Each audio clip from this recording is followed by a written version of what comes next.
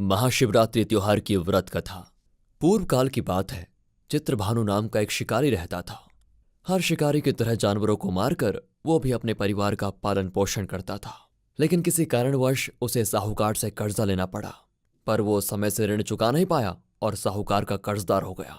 अब साहूकार बड़ा क्रोधित हो गया क्योंकि उसने समय पर ऋण नहीं चुकाया था। इसी क्रोध में उसने शिकारी को शिव मठ में बंदी बना लिया।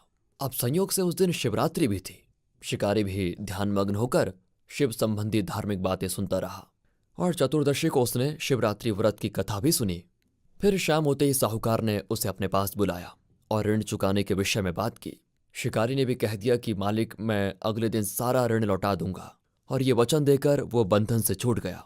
अपनी दिनचर्या की भांति वो जंगल में शिकार के लिए निकला, लेकिन दिन भर बंदी गृह में रहने के कारण भूख प्यास से बहुत परेशान था। शिकार की खोज में वो बहुत दूर निकल गया। वो शिकार को खोजते खोजते इतना मग्न हो गया कि रात कब हो गई पता ही नहीं चला। और जब अंधकार हो गया तब उसने विचार किया कि अब रात तो जंगल में ही बितानी पड़ेगी। वहां तालाब के किनारे पर एक बेल का पेड़ था। उसी में चढ़कर वो रात बीतने का इंतजार करने लगा। वहीं उस बेल के पेड़ के नीचे शिवलिंग था जो उसके पत्तों से ढका हुआ था। शिकारी को भी उसका पता न चला। अब पड़ाव बनाते समय उसने जो टहनियां तोड़ी वो संयोग से शिवलिंग पर गिरती चली गई। इस प्रकार दिन भर भूखे प्यासे शिकारी का व्रत भी हो गया और शिवलिंग पर बेलपत्र भी चढ़ गए। अब एक पहर रात्रि बीत जाने के बाद एक गर्भिणी हिरणी तालाब पर पानी पीने पहुंची। शिकारी भी अपनी आदत से मजबूर उसने भी धनुष पर तीर चढ़ाकर ज्यों ही प्रत्यंचा खींची। हिरणी बोली, मैं गर्भिणी हूं, शीघ्र ही प्रसव करूंगी। तुम एक साथ दो जीवों की हत्या करोगे जो ठीक नहीं है। मैं बच्चे को जन्म देकर शीघ्र ही तुम्हारे समक्ष प्रस्तुत हो जाऊंगी, तब मुझे मार लेना। शिकारी ने प्रत्यंचा ढीली कर दी और हिरणी जंगल में झाड़ियों में लुप्त हो गई। प्रत्यंचा चढ़ाने और ढीली करने के वक्त कुछ बेलपत्र अचानक ही टूटकर शिवलिंग पर गिर गए। इस प्रकार उसे अनजाने में ही प्रथम पहर का पूजन समाप्त हो गया। कुछ देर के बाद एक और हिरणी उधर से निकली। शिकारी की प्रसन्नता का ठिकाना नहीं रहा क्योंकि उसको एक और हिरण मिल गया। अब जैसे ही वो पास आया उसने धनुष पर बाण चढ़ाया। तब उसे देखकर हिरणी ने विनम्रतापूर्वक निवेदन किया, हे शिकारी, मैं थोड़ी देर पहले ऋतु से निवृत्त हुई हूँ, कामातुर विरहिणी हूँ, अपने प्रिय की खोज में भटक रही हूँ। मैं अपने पति से मिलकर शीघ्र ही तुम्हारे पास आ जाऊंगी। शिकारी ने उसे भी जाने दिया। 2 बार शिकार को खोकर उसका माथा ठनका। आखिर शिकारी जो था वो चिंता में पड़ गया। रात्रि का आखिरी पहर बीत रहा था। इस बार भी धनुष से लगकर कुछ बेलपत्र शिवलिंग पर जा गिरे और इस तरह अनजाने में दूसरे पहर की पूजन भी समाप्त हो गई। कुछ देर के बाद एक और हिरणी अपने बच्चे के साथ उधर से निकली। अब शिकारी से रहा नहीं गया और उसके लिए यह स्वर्णिम अवसर था। उसने भी धनुष पर तीर चढ़ाने में देर नहीं लगाई।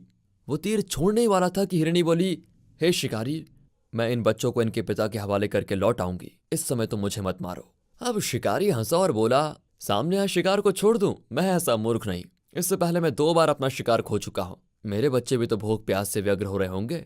अब उत्तर में हिरणी ने फिर कहा, जैसे तुम्हें अपने बच्चों की ममता सता रही है, सोचो ना, ठीक वैसे मुझे भी। हे शिकारी, मेरा विश्वास करो, मैं इन्हें इनके पिता के पास छोड़कर तुरंत लौटने की प्रतिज्ञा करती हूँ। हिरणी का दीन स्वर सुनकर शिकारी को उस पर दया आ गई। उसने उसे भी जाने दिया। शिकार के अभाव और भूख प्यास से व्याकुल शिकारी अनजाने में ही बेल वृक्ष पर बैठा बेल पत्र तोड़कर नीचे फेंकता जा रहा था। अब सुबह होने को ही थी तो एक हष्ट पुष्ट मृग उसी रास्ते पर आया। अब शिकारी ने सोचा कि इसका शिकार तो मैं अवश्य करूंगा।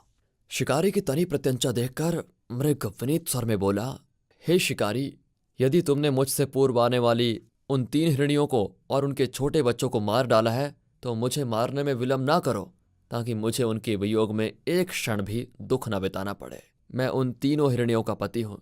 यदि तुमने उन्हें जीवन दान दिया है तो मुझे भी कुछ क्षण का जीवन देने की कृपा करो। मैं उनसे मिलकर तुम्हारे समक्ष उपस्थित हो जाऊंगा। अब मृग की बात सुनते ही शिकारी के सामने पूरी रात का घटना चक्र घूम गया। उसने सारी कथा मृग को सुनाई कि ऐसा ऐसा हुआ।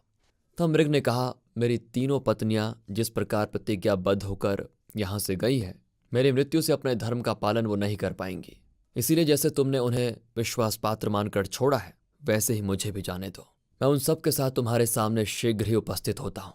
शिकारी ने उसे भी जाने दिया और इस प्रकार सुबह हो गई। उपवास, रात्रि जागरण तथा शिवलिंग पर बेलपत्र चढ़ने से अनजाने में ही शिवरात्रि पूजा पूर्ण हो गई। पर अनजाने में ही की भी पूजा से उसको परिणाम तत्काल मिला। शिकारी का हिंसक हृदय बिल्कुल निर्मल हो गया। उसमें भगवत शक्ति का वास हो गया। थोड़ी देर के बाद वो मृग सब परिवार शिकारी के समक्ष उपस्थित हो गया ताकि वो उनका शिकार कर सके। किंतु जंगली पशुओं की ऐसी सत्यता, सात्विकता, ऐसी सामूहिक प्रेम भावना देखकर शिकारी को बड़ा दुख हुआ अपने ऊपर कि मैं किस तरह का प्राणी हूं जो मैंने इनको मरने के लिए बुलाया। उसने सारे विचार त्याग दिए और मृग परिवार को जीवन दान दे दिया। अनजाने में भी शिवरात्रि का व्रत पालन करने पर भी शिकारी को मोक्ष की प्राप्ति हुई। जब मृत्यु काल में यमदूत उसके जीव को ले जाने आए तो शिवगणों ने उन्हें वापस भेज दिया तथा शिकारी को शिवलोक लेके गए। शिव जी की कृपा से ही अपने इस जन्म में राजा चित्रभानु अपने पिछले जन्म को याद रख पाए और महाशिवरात्रि के महत्व को जानकर उसका अगले जन्म में भी पालन कर पाए। शिकारी की कथा अनुसार महादेव तो अनजाने में किए गए व्रत का भी फल दे देते हैं, पर वास्तव में तो महादेव शिकारी की दया भाव से प्रसन्न हुए।